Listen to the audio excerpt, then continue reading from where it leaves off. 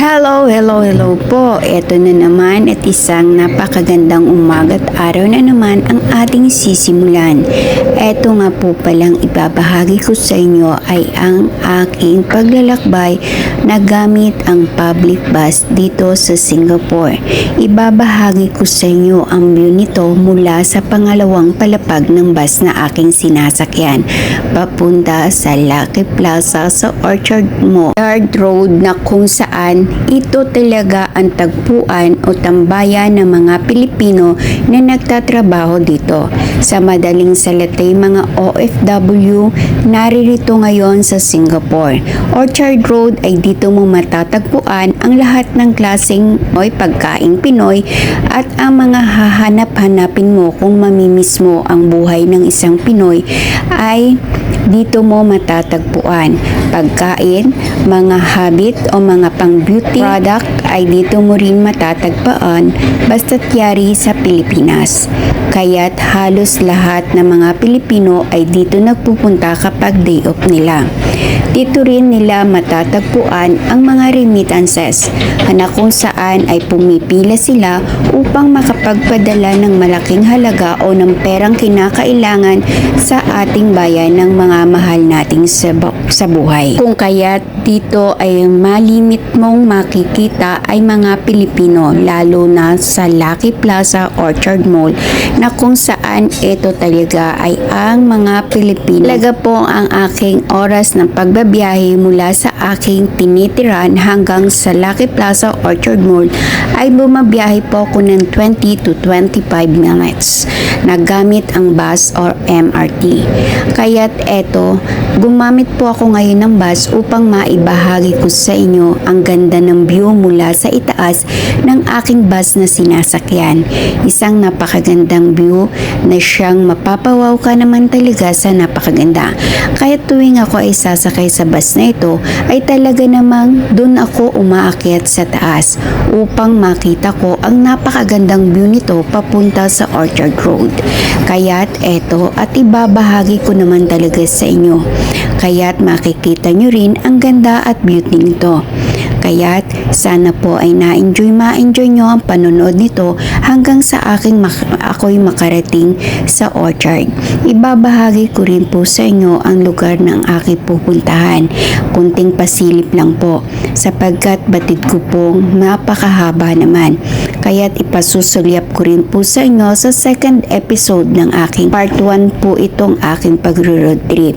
At ang part 2 po nito ay kung saan ay ibabahagi ko sa inyo ang makikita at ganda ng Orchard Mall na kung saan ay ito po ay nasa Ion at Lucky Plaza. Bye. Hello po at eto na nga po at nandito na tayo sa Orchard Road na kung saan eto na naman po ay ipapakita ko sa inyo ay nasa labas po ako ng Ion Mall na kung saan ay opposite po nito ay ang Lucky Plaza na sinasabi ko sa inyo kanina habang nagtatravel ako. Kaya ayan po, ipapakita ko po sa inyo ang labas na makikita nyo. Ayan po yung building ng Ion Singapore. Ayan po. Yan. At ang opposite po nito ay ang Lucky Plaza at Tangs Mall. Ayan po Dahil makikita nyo po talaga naman ang dami ng tao, hindi po ba? Ganyan po karami ang mga pumupunta talaga dito. Kasi nga po, ito ang pinaka-city na dito ng Singapore. Dito halos matatagpuan ang mga mall na hinahanap o karamihan na kilala na of mga branded na mga pangangailangan ng higit na may pera. Siyempre, kami naman po talaga pumupunta lang dito para mag-window shopping. At syempre pumupunta sa Lucky Plaza upang makakain ng mga pagkaing Pinoy.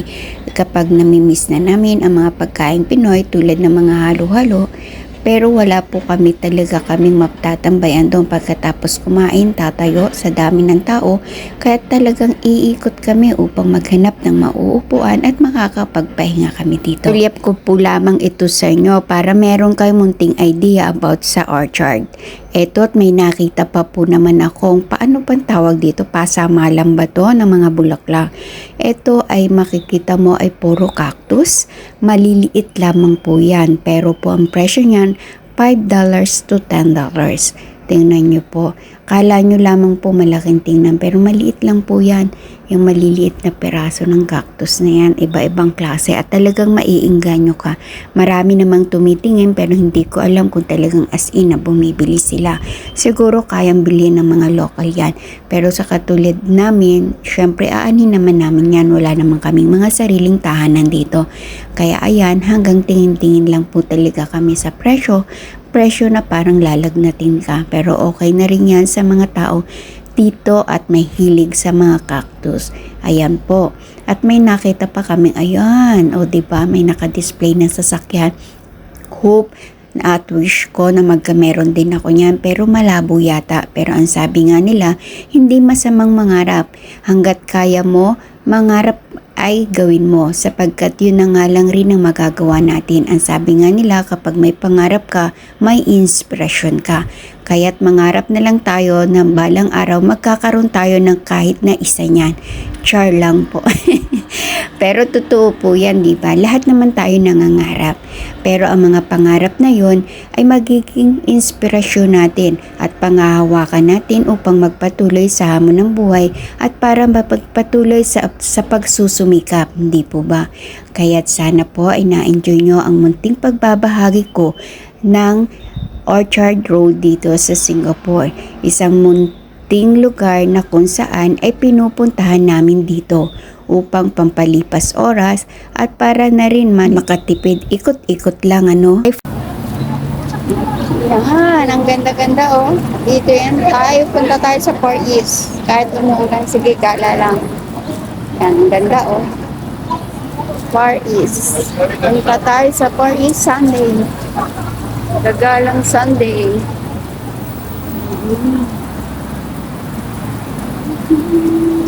Yan.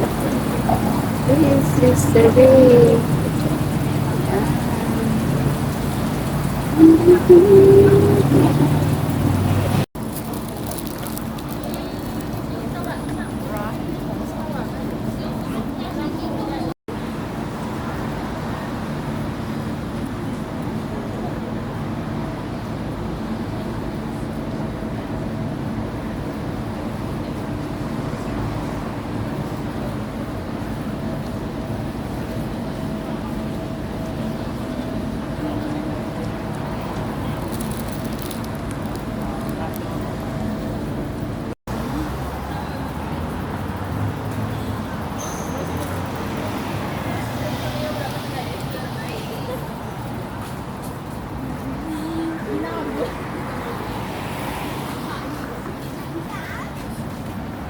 For now, thank you for everything and God bless everyone.